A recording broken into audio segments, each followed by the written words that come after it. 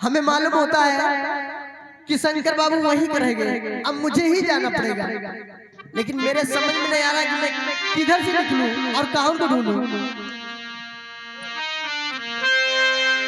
उड़ जा काले कावा तेरे मुंह कुछ खटकावा, ले जा तू संदेशा मेरा मैं संग तेरा।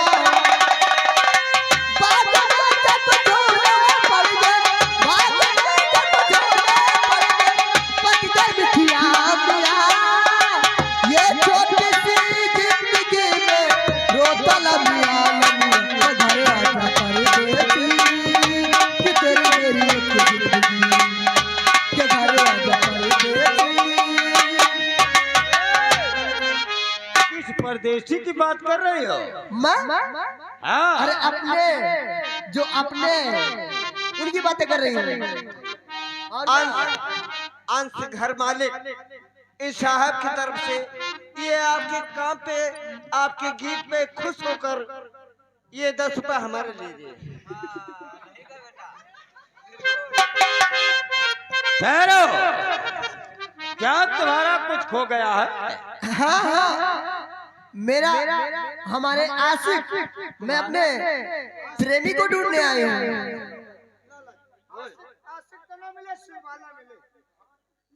ये क्या है? ये मसाला की बात कर रहा है। मसाला? सुनो मेरी बात। हाँ, तुम्हारे आशिक का क्या नाम है? मेरे आशिक का नाम है शंकर बाबू। शंकर?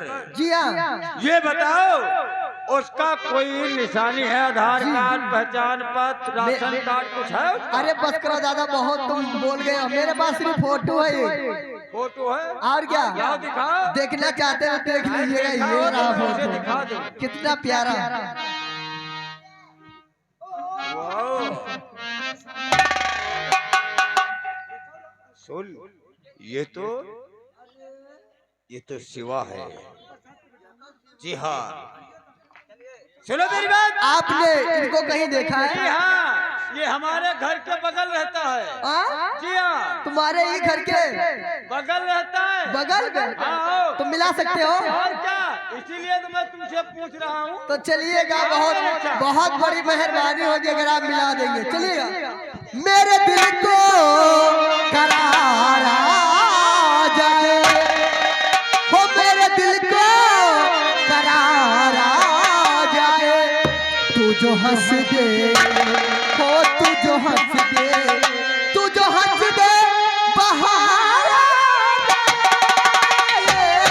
मेरे दिल को करारा।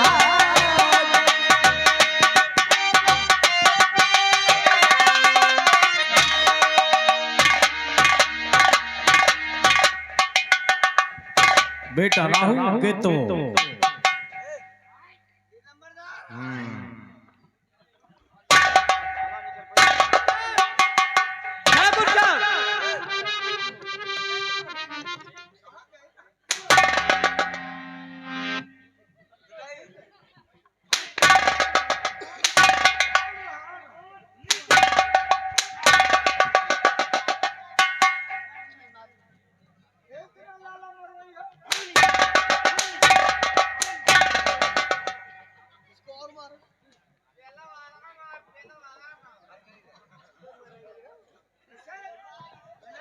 साले खा खा कर एसी कमरे में पड़े रहते हैं, जब तक आवाज न लगाओ कोई बाहर नहीं निकलता।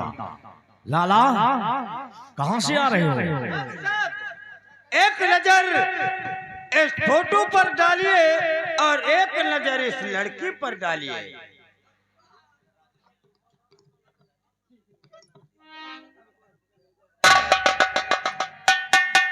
लाला कहो, कहां से उठा लाया इसे?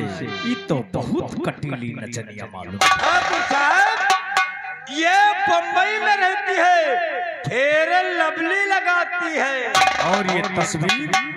ये तस्वीर इसके प्रेमी का है, इसके प्रेमी शंकर का है। शंकर का। इसका मतलब ये इसका आशिक है।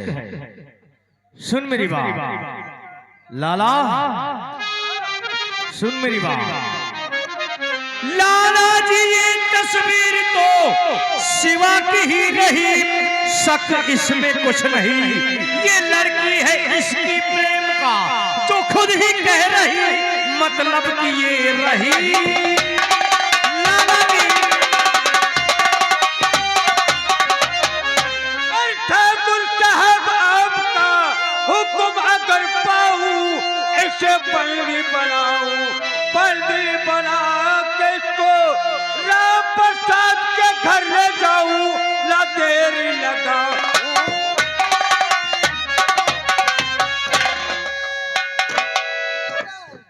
लाला ले चल इस लड़की को, हम इसे अपनी ढाल बनाकर ले चलेंगे, इसके जरिए राम प्रसाद की जमीन हमरे नाम होगी। ले चल इसे। चुप।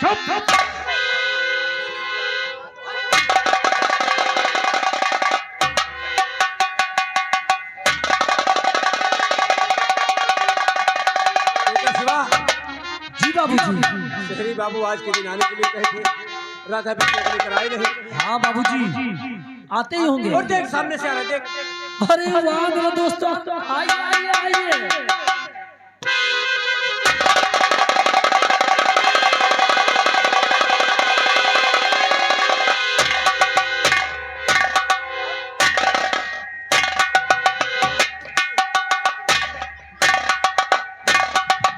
आओ राधा बहन, राधा राधा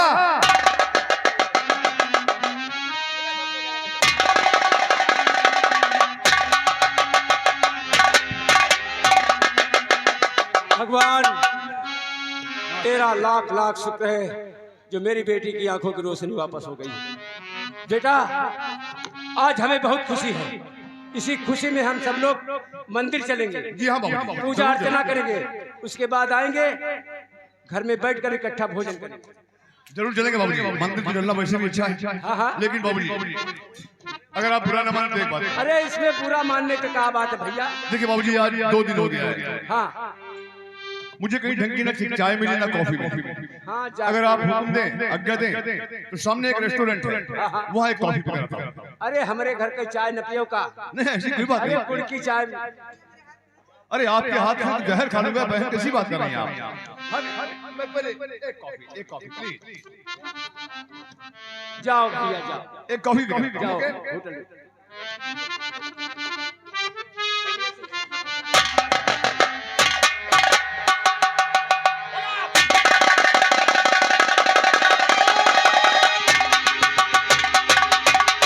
वो शिवा देख ले तेरी बुलबुल इधर, वो शिवा।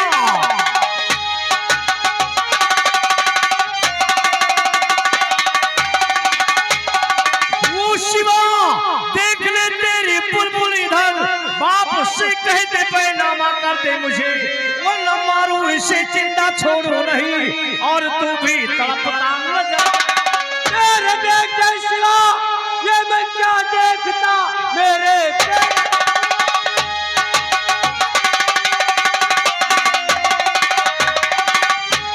बेटे शिवा, ये मैं क्या देखता, बहू के रहते दूसरी कौन है, सच बताओ मुझे, अब छुपाओ नहीं, बहू के रहते लड़की।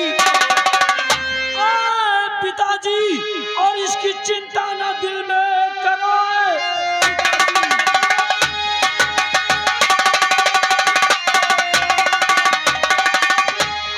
पिताजी इसकी चिंता ना दिल में करो, प्रेम का है मेरी मैं छुड़ाऊं इसे, लेकिन पैनामा हरगिज तुम करना नहीं, प्रेम का है मेरी मैं छुड़ाऊं इसे। ठाकुर को ना सुनने की आदत नहीं है। राम प्रसाद तेरा का इरादा है, वो जमीन हमरे हवाले करता है या नहीं? ठाकुर साहब, मैं अपने जीते जी तुम्हारे नाम अपनी जमीन बैनामा हरगिज नहीं करूंगा, चाहे मुझे गोली मार दो और चाहे इस लड़की को। हाँ, राम प्रसाद तेरी बुढ़ापे पर मुझे दया आ रही है। क्यों? काश मैं तुझे गोली मार दूंगा तो बिंद्रावन गांव के बूढ़े जवान छोटे छोटे बच्चे, तेरे बच्चे तेरी लाश पर फूट फूट कर रोएंगे। ठाकुर धनंजय सिंह, मेरे मरने के बाद मेरी लाश पर बिंद्रावन गांव का एक एक बच्चा रोएंगे, बहु बेटियां रोएंगी, बूढ़े नौजवान रोएंगे, मेरे परिवार वाले रोएंगे, लेकिन तेरे मरने के बाद तेरी लाश पर बिंद्रावन गांव का एक कुत्ता भी नहीं रोएगा। हरामजादे, तुमने ठाकुर के खून को ललकारा है तो देख।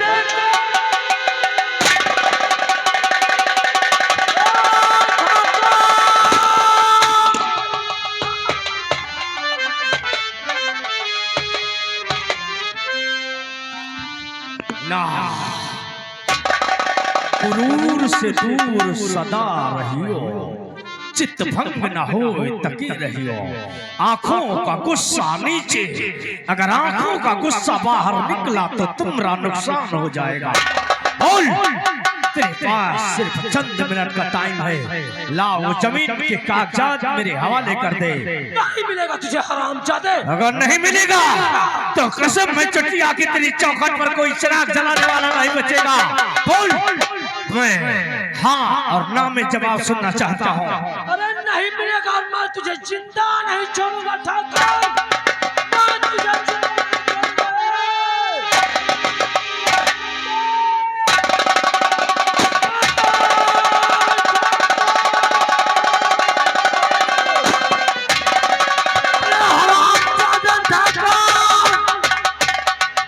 तेरी दुनिया में आग लगा दूंगा रे। शिवा जल्दी एम्बुलेंस को फोन कर, लक्ष्मी को बोल लगी जल्दी एम्बुलेंस बुला। नहीं भैया, अब मुझे दवा की जरूरत नहीं है भैया। मुझे तो भैया असलियत की जरूरत है कि ये मेरे पति है या नहीं है। बोलो भैया, ये मेरे पति है या कि नहीं है भैया, बोलो। हे भगवान, क्या चाहा, क्या हो गया, क्या करूं मैं? लक्ष्मी जिंदगी की आखिरी सांस ले रही है और पूछ रही है कि भैया ये मेरे पति हैं कि नहीं। अगर इस वक्त मैं सच नहीं बताता हूँ तो इस बेचारी की आत्मा को मरने के बाद भी शांति नहीं मिलेगी। लक्ष्मी बहन, अगर तुमने मुझे भैया कहा है तो तुम्हें कसम है तुम्हारे इस भाई की, जब तक असलियत नहीं जान लेना आंखें मत बंद करना बहन, तुम्हें कसम है मेरी। आज तुम्हें असलियत जरूर बताऊंगा बहन। तुम्हारा सच जो था वो सच है। ये तुम्हारा पति नहीं, तुम्हारे पति का हम शकल शंकर गुंडा है, एक नंबर का खूनी, कातिल, बदमाश। और मैं तुम्हारे पति का दोस्त नहीं हूं मेरी बहन, मैं एक जज हूं। एक दिन की बात है, शंकर गुंडा ने एक सेठ के 50,000 रुपए छीन कर गोली मारकर उसकी हत्या कर दिया था। मौके पर उसकी पर्स गिर गई थी। जब पुलिस वहां पहुंची तो उसकी पर्स मिली। उस पर्स को जब पुलिस ने मृतक दीनदयाल को दिखाया तो उसने बताया कि ये पर्स और फोटो उसी कातिल की है जिसने हमें गोली मारा है और हमारे पैसे छीने। पुलिस उसी फोटो के आधार पर शंकर गुंडा की तलाश करने लगी। ये खुशनसीब था, पुलिस के हाथ नहीं लगा। बदकिस्मती से आपके पति शिवा, जो इसके हम शकल टू कॉपी थे, वो उसी शहर में नौकरी की तलाश से पहुंच गए। पुलिस ने जब तुम्हारे पति को देखा और फोटो मिलाया तो उन्हें डाउट हुआ कि यही है वो गुंडा, यही वो खून जिसने सेठ का खून किया है। पुलिस तुम्हारे पति को वो फोटो दिखाया। तुम्हारा पति सीधा साधा था, उसने ये मंजूर किया कि ये फोटो मेरा है। वो भी नहीं पहचान पाया कि ये फोटो मेरा नहीं है। उसने कहा ये फोटो मेरा है। पुलिस उसे कातिल समझकर थाने ले गई। चालान हुआ, कोर्ट में उसकी पेशी हुई। और जब पेशी हुई बहन, तो उस वक्त मौके पर जज बैठा। सारे सबूत, सारे गवाह उसके खिलाफ। कोई भी एक भी सबूत या एक भी कोई गवाह ऐसा नहीं था जो उसके पक्ष में होता। सारे सबूत और गवाह उसके विरुद्ध होने के कारण मैंने भी उसे कातिल समझ लिया मेरी बहन। और कातिल समझकर मैंने तुम्हारे पति को फांसी का हुक्म दिया।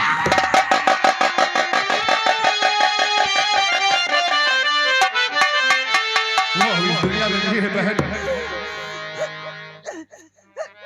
मैं तुमसे माफी नहीं मांगूंगा बहन, क्योंकि मुझसे जो गलती हुई वो गलती नहीं गुनाह है और गुनाह की सजा होनी चाहिए बहन। बस एक विनती करता हूँ तुमसे, उम्मीद करता हूँ कि ना नहीं करोगी। जिंदगी की आखिरी सांस ले रही हो मेरी बहन, इस वक्त तुम्हारी दुआ बद्दुआ ईश्वर दोनों कबूल करेगा। बस एक विनती है कि आंखें बंद करने से पहले, जिंदगी की आखिरी सांस लेने से पहले हमें और शंकर को कोई ऐसी भयानक बद्दुआ दे दो मेरी बहन, ऐसी भयानक बद्दुआ देकर जाओ कि जिस तरह से मेरी वजह से आज तुम्हारा परिवार तिनके की तरह बिखर गया, तुम जिंदगी की आखिरी सांस ले रही हो, इससे भी बदतर मौत मिले हमें और शंकर को। बहुत तड़प कर मरूं मेरी बहन, बद्दुआ देकर जाओ मुझे, प्लीज ना मत करना मेरी बहन। नहीं भैया, कहाँ भैया तुम, कहाँ भैया, मेरे आंखों के सामने अंधेरा छाता रहा भैया। भैया मुझे एक वचन और दे दो भैया कि मैं तुम्हें तो बदुआ नहीं दे सकती हूँ भैया, तुम्हें हम दुआ दूंगी भैया। ये जो कुछ अनजान में हुआ है भैया, अगर तुम्हारी जगह पर और कोई जज होता तो यही तो करता भैया जो कि आपने किया है भैया। लेकिन भैया मुझे एक वचन दे दो बिरन कि मेरे न रहने के बाद मेरी बच्ची राधा को, मुन्ना कहाँ हो बेटा, और मेरे मुन्ना को अनाथ तो नहीं होने दे। वचन दो भैया।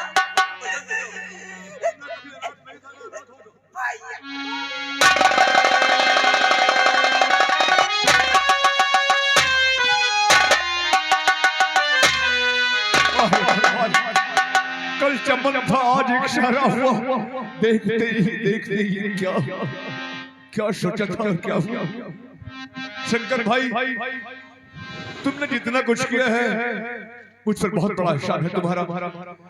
शायद इतने ही दिन के लिए सही, लेकिन इस परिवार के होठों पर मुस्कुराहट आ गई थी ये सोचकर कि उनका शिवा आ गया। उसके लिए मैं तुम्हें थैंक यू बोलता हूँ यार। आज शिवा इस दुनिया में नहीं है। शिवा के पिता तुम्हें अपना सगा बेटा समझते थे, उन्हें नहीं मालूम था कि तुम उनके सगे बेटे नहीं हो। शिवा का बेटा तुम्हें अपना पिता समझता है, शिवा की बहन अपना भाई समझती है, इसलिए एक शिवा का एक हक और अदा कर दो। शिवा के पिता की लाश पड़ी है हर पत्नी की, जिसे तुम भाभी माँ समझते थे। शिवा बनकर शिवा के पिता को और पत्नी को अग्नि दे दो दोस्त। नहीं जज साहब नहीं, मैं जब तक अपने बाबूजी का अंतिम संस्कार नहीं करूंगा, जब तक उस हरामजादे धनंजय को मौत के घाट नहीं उतार दूंगा। और हाँ जज साहब, आपको अगर हमने उस दिन वचन नहीं दिया होता तो आज इस परिवार के साथ ये घटना नहीं घटती। अरे शंकर उस बला का नाम है, शंकर उस बला का नाम है कि जिधर घूम जाए कयामत आ जाए, कयामत। जानता हूँ शंकर, I'm sorry शंकर, आपने मुझे नहीं मालूम था कि तुमसे ये वचन लेकर मैं गलत कर रहा हूँ। मुझे मालूम है, काश तुम मुझे दिए गए वचन के बंधन में बंधे न होते। तारे धनंजय क्या बला है, क्या चीज है। धनंजय जैसे अगर बीच से आ जाते तो तू वो खूंखार शेर है कि सबको फाड़ कर रख देता, लेकिन मेरे दिए गए वचन के बंधन में बंधा था तू। लेकिन आज जज आलोक वर्मा तुम्हें अपने हर बंधन से, हर कष्ट से मुक्त करता है, आजाद करता है और हुक्म देता है तुम्हें कि फिर से बन जाओ शंकर दादा। उठा लो हाथ में गन और मिटा दो इन जालिमों को दुनिया से। जाओ, हम हुक्म देते हैं तुम्हें, मां कसम तुम्हें जेल नहीं जाने दूंगा।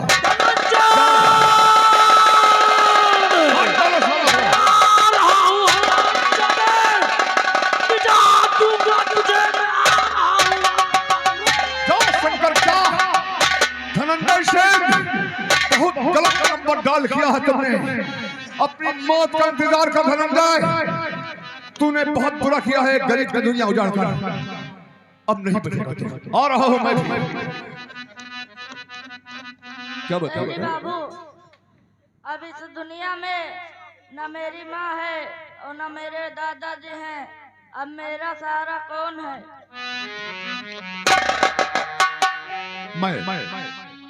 मैं हूँ बेटा। आज से तुम्हारी माता, तुम्हारा पिता, सब कुछ में बहुत ज्यादा बहुत दौलत दिया भगवान ने मुझे, किसी काम की नहीं है मेरे। अरे इस सत्य के राह पर चल के हमने क्या नहीं खोया है मुन्ने? तेरी तरह हमने भी अपनी पत्नी को खोया है, अपने बच्चे को खोया है। जालिमों ने मेरी पत्नी को और मेरे बेटे को मार डाला है। इस वक्त मैं कोर्ट में था, दुश्मनों ने मार दिया है उन्हें। मैं रहा हूं, अकेला हूं, क्या करूंगा उसे? तू मेरा बेटा बनकर रहेगा, मेरे सारी जायदाद का वारिस बनकर। चलो बेटा।